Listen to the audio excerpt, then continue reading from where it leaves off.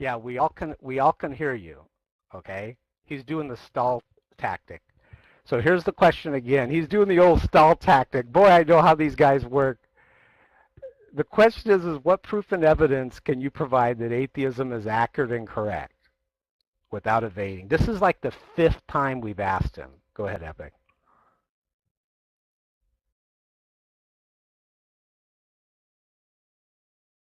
And this is the fifth time I've answered. I've answered it in chat many times, and I've answered it to you many times. Not only have other people answered it to you, and fact is, atheism just isn't a claim. I'm not going to buy into your stuff. Atheism it's just a dumb question. It's not a real question. It just does not make sense as a question. Ladies and gentlemen, Epic Fail just cowered to the question. You guys saw it. Notice Princess is saying fail. We got a bunch of LOLs. Epic, that was really bad. That was really bad, Epic. So I wanted you guys to notice, we went through the debate. I went through 11 arguments. He didn't bring up any arguments of why we should believe God doesn't exist.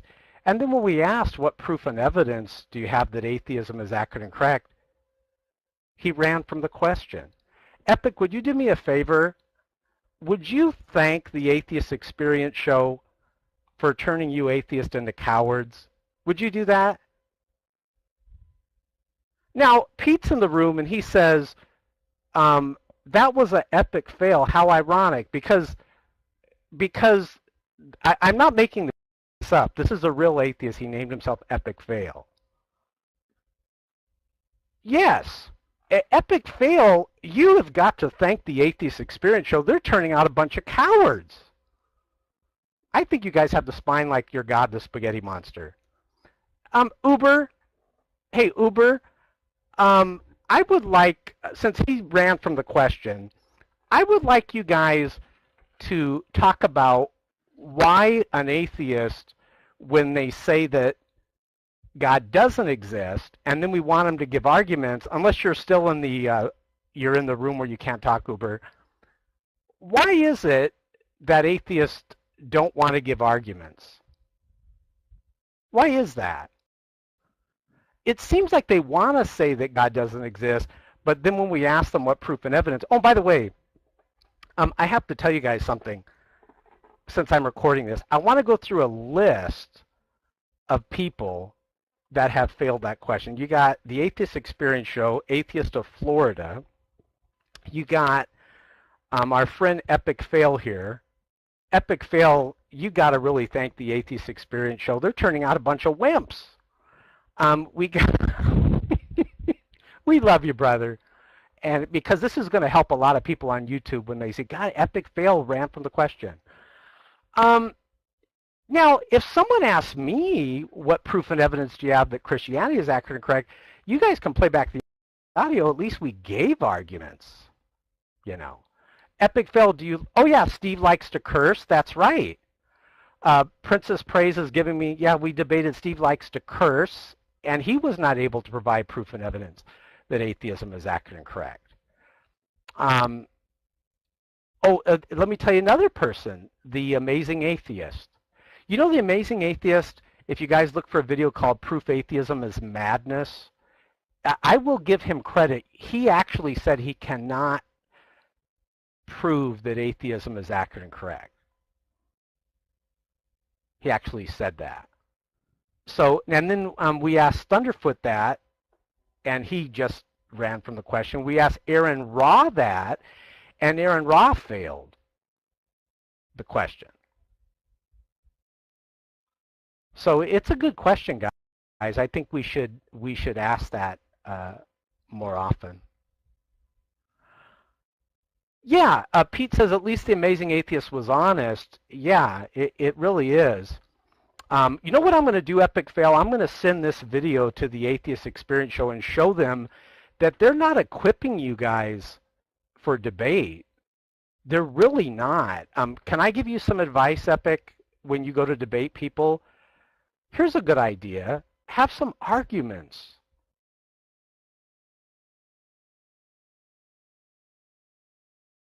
answering the question with the question, which atheists always tend to do when I ask the question. Well, here's the question. Well, notice I just said it, and he goes, do we? So here's the question. What proof or evidence can you guys provide that atheism is accurate and correct? And let's see if you can do it without asking a question with the question. And then I'll tell you how you did. That's a fair condition, I think. I think so. Because there was no proof or evidence when I looked for it. That's why I left the humanist religion of atheism. But go ahead, I'll listen. All right. Thank you very much. Well, since I'm going first, the atheism accurate and correct. Well, what proof? Atheism is accurate and correct. Evidence. What proof or certainly. evidence? The evidence. First, we have to make sure we understand what atheism is, because you keep talking about the humanist religion of atheism, and I think you don't know what you're talking about. You say you were an atheist. You seem to have a very atheism is not humanism. You want me to answer? Go ahead and let me. Go ahead. What proof or evidence? Give me a chance to answer first. We have to make sure we're talking about the same thing, Rich, or otherwise we're only going to be talking past one another. Whatever way you want to listen, whatever way you want to define it. All I'm saying is, what proof or evidence do you have that atheism is accurate and correct? Fair enough. It's a very simple question. Try not to hem and haw and avoid the question. Just simply answer it. You should have all kinds of proof and evidence. But I've been on a minute, and I haven't heard anything. If you give me a moment to answer, I will do so. Are you ready? Ahead. I'm ready. I'm on the edge of my chair. You'll be the first atheist ever to answer it. Don't fall off. Very well. We won't touch on your definition. I'll give you my definition. No, any definition. Atheism's madness. So who cares what the definition is? It's madness. But go ahead and go for it. I'll listen to see what. I really appreciate your listening. So, atheism is exactly no more, no less than not having a belief in God. The evidence that atheism is correct for me is that I, through introspection, I know for a fact that I do not have any belief in a God. Therefore, I'm an atheist. Atheism is a description. Where's your proof of that?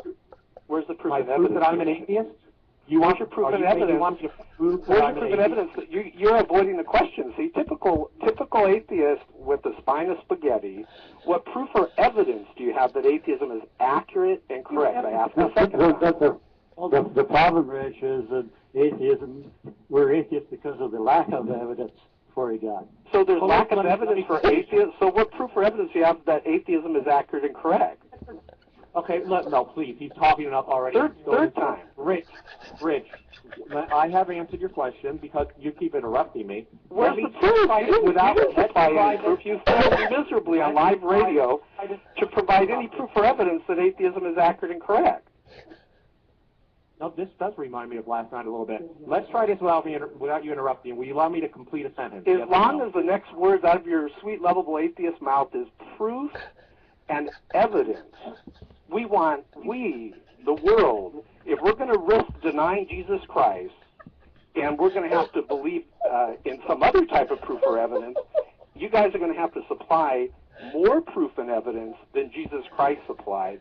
And what is so good about atheism, where's the proof and evidence of atheism that would allow a rational person like me, an ex-atheist, who got two things? I got a brain, and I read the Bible. I got a heart, and I humbled myself when I confessed I'm a sinner.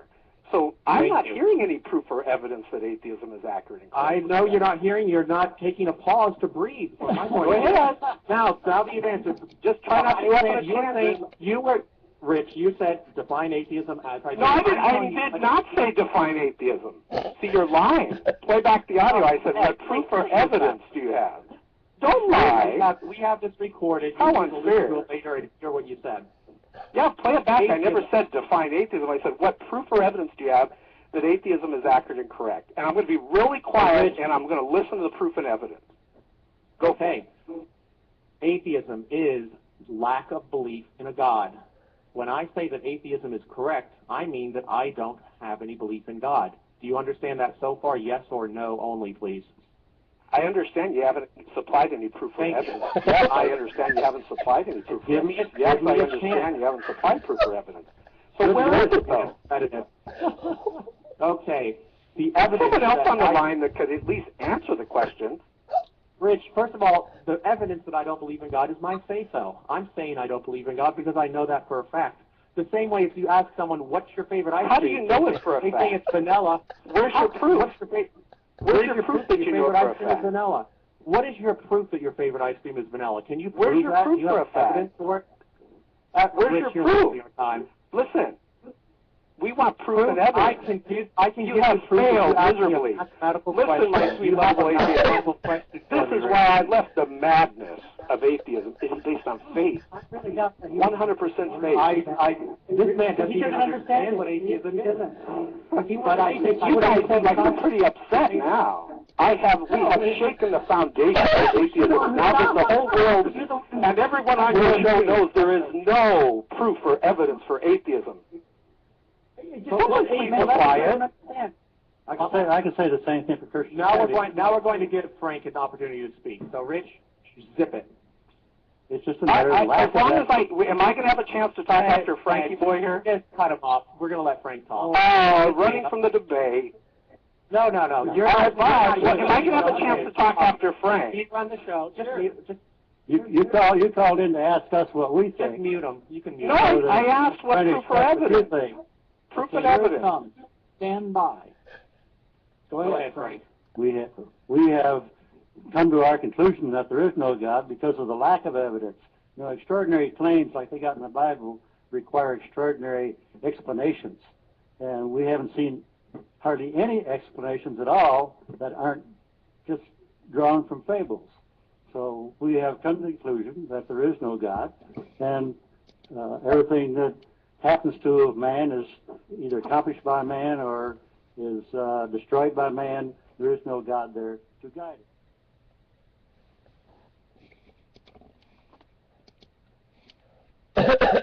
That was Shock of God on a radio show, and he completely destroyed the atheist on the radio show.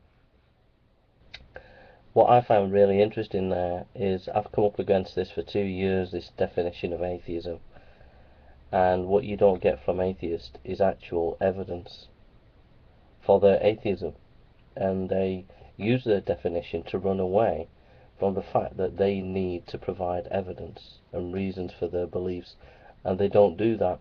They're very good at attacking you, but they don't provide evidence and reason. And I think that clip by Shock of God absolutely exposes modern atheism. I think it's a brilliant clip. It's hilarious how he just completely destroyed those atheists. And I think the problem with you atheists out there is you hang on to this definition, and in the end of the day we ask that question: where is your accurate proof and evidence for atheism? Don't ask a question, don't start giving us definitions. We don't care about your definition.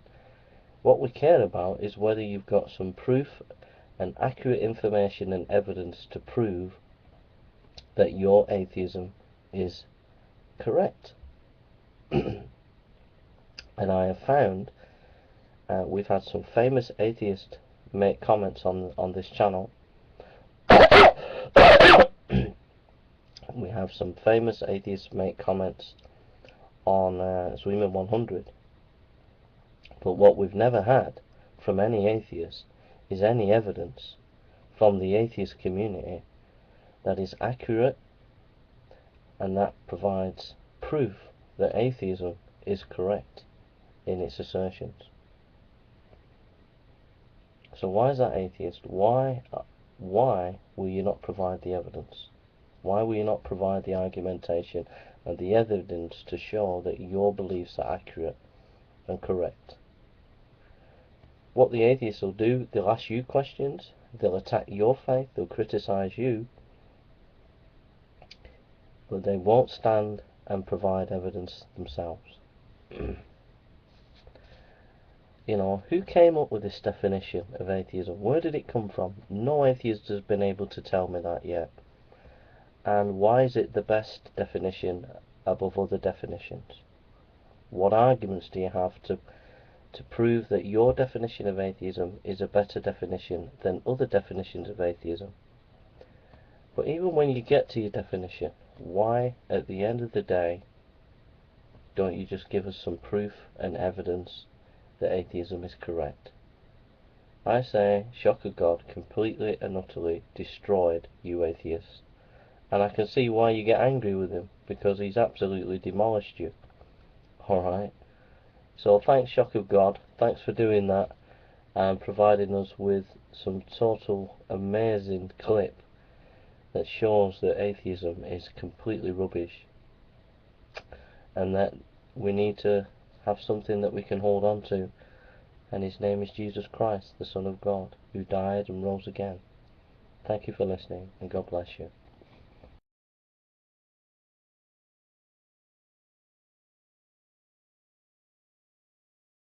What we mean by science. For me at least, and I think for most people, science and evidence are kind of inextricably linked to one another. So I'm going to talk about evidence. And in the same way as I chose a very simple idea of an axiom in order to describe what I mean by that, I'm going to have a very simple example of the use of evidence. And the example I'm going to use, if you'll forgive me, are our chairman's boxers, by which I don't mean his dogs or his chain of prize fighters, but his boxer shorts. And I'm going to make, to begin with, an assumption that our chairman is wearing Union Jack boxer shorts. But it's not quite just an assumption, because this could be supported by evidence. I'm not going to ask him to reveal what kind of, he may not even have boxer shorts on at all. I'm not going to ask him what kind of boxer shorts he has on. But clearly that assumption is testable by evidence. In other words, it's not really an assertion at all, it's a hypothesis. It's a very trivial hypothesis, trivial in the sense that we could settle the matter once and for all by asking to see his boxer shorts. I'm not going to do so. But we could refute at a stroke my hypothesis, or we could confirm it, and that would be the end of the matter. But scientifically, this is trivial and not very useful to us, and really very, as you might imagine, in all sorts of ways, atypical of science in general. But it's atypical in a particularly important way that I want to explain now. And I'll replace my first hypothesis with a more scientifically meaningful one. My more scientifically meaningful hypothesis is that our chairman always wears Union Jack boxer shorts. Now, we could make a start this evening in testing that hypothesis. If we saw his boxer shorts and they were not Union Jack boxer shorts, that hypothesis would be refuted at a stroke. If he was, that could do no more than increase my confidence somewhat that my hypothesis is correct.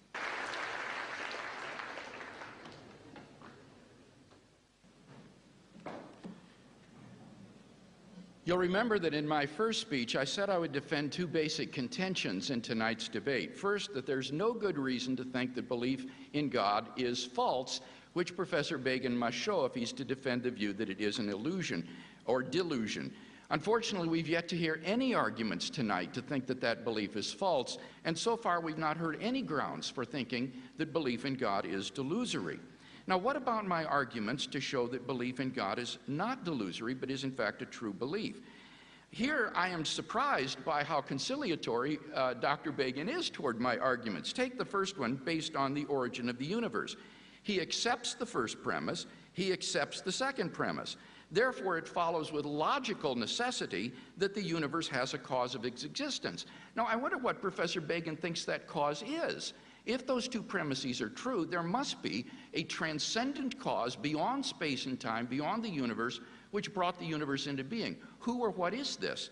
Well, I argued that it must be, and I quote from my opening speech, a being which is timeless, spaceless, uncaused, immaterial, and having unfathomable power. All of those follow from the properties of being beyond time and space. Moreover, I argued it had to be personal as well, because the only thing that fits those descriptions are either abstract objects or a mind, and abstract objects don't stand in causal relations. And I submit to you that given my experience of God as a living reality in my life, in the absence of some sort of defeater, like some arguments for atheism, which haven't been offered yet in the debate tonight, I see no reason to think that my experience is delusory, and therefore I'm perfectly within my rational rights to believe that God exists on the basis of my personal experience of God. So there is an argument here. The argument is that we can rationally accept belief in God as a properly basic belief grounded in one's experience of God in the absence of any defeater of that belief. So, in summary then, it seems to me that Dr. Begin's epistemological evidentialism is naive, it is overly restrictive, and in the end self-refuting. And in any case, I met his challenge by giving good evidence for God's existence. 5 reasons to think that God exists. On the other side of the ledger, we've yet to hear any evidence to think that God does not exist, and therefore I think we have good grounds for thinking that belief in God is not a delusion, but quite the contrary, that God exists.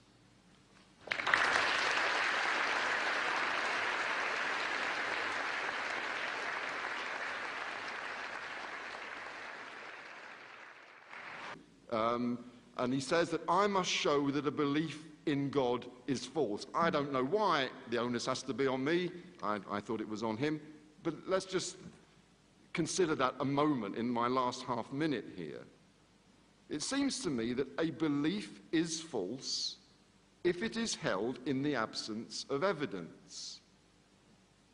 There is no evidence for this belief, therefore a belief in God is false. Thank you.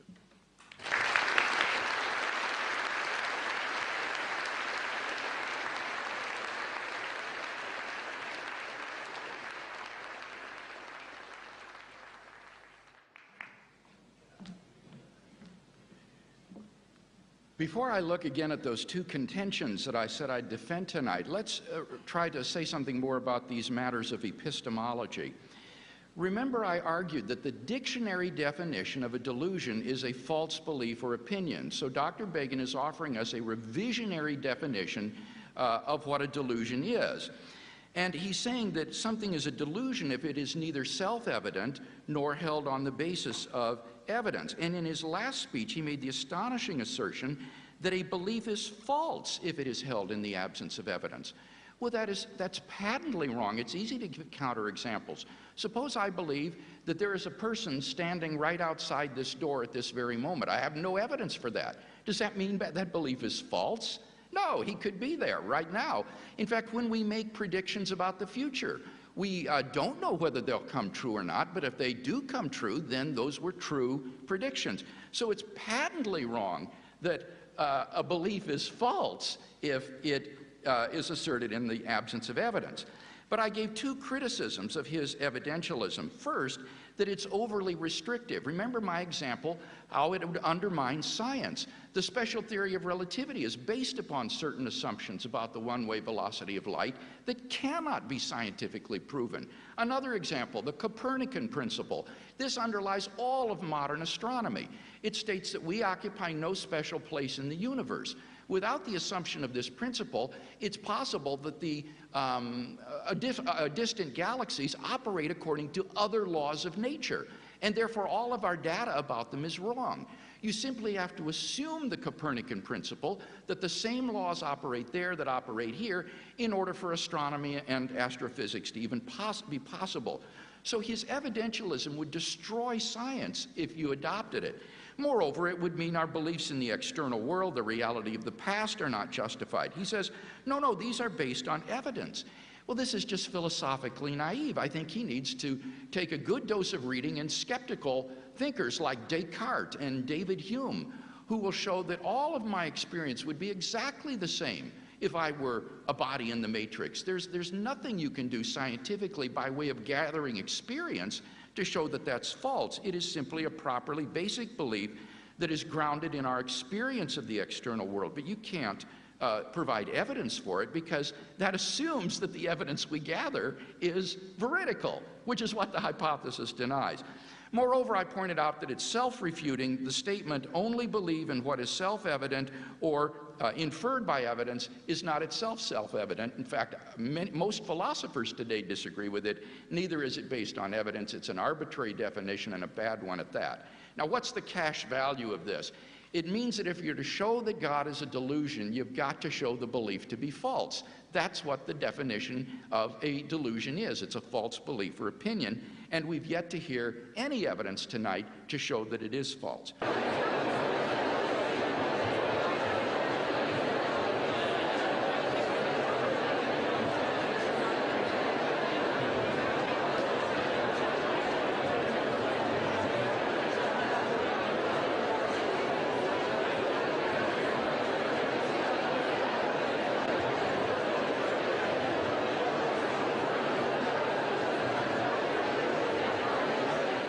We're going to begin. Thank you. Next question, please, for Professor Began. You say that beliefs held without evidence are irrational. Would that not make your own belief that God does not exist irrational, given that you have no evidence for it? Well, I do not hold the belief that God does not exist. That is an accusation that is often made against atheists. I believe that God is a delusion. I am here to defend the proposition, or to propose the proposition, that God is a delusion. A delusion, to me, is a belief held when there is no evidence to support that. I am not making the positive statement that God does not exist, and you should really not accuse me of saying that. To say that God is a delusion is very different from saying that God does not exist. As a scientist, I wouldn't make such a statement. Professor Craig. Those statements are only different if you adopt this non-standard definition of a delusion that he's offered us tonight. But according to the dictionary, a delusion is a false belief or opinion. So if the statement God exists is a delusion, that means that that is false. And if one asserts that that is false, then the questioner is quite right. This is an assertion to know something. It's a claim to knowledge, as opposed to agnosticism, which says God may or may not exist. But if you claim that God does not exist, you're making a knowledge claim, and that therefore requires warrant, particularly on evidentialism, as she rightly saw. The evidentialist would need to provide some sort of argument. And traditionally, atheists have tried to do this. The evil and suffering in the world, can God make a stone heavier than he can lift? You know all the arguments. But none of these, I think, are successful in supporting atheism, and so I don't think there are good grounds for thinking that the evidentialist atheist can bear his share of the burden of proof.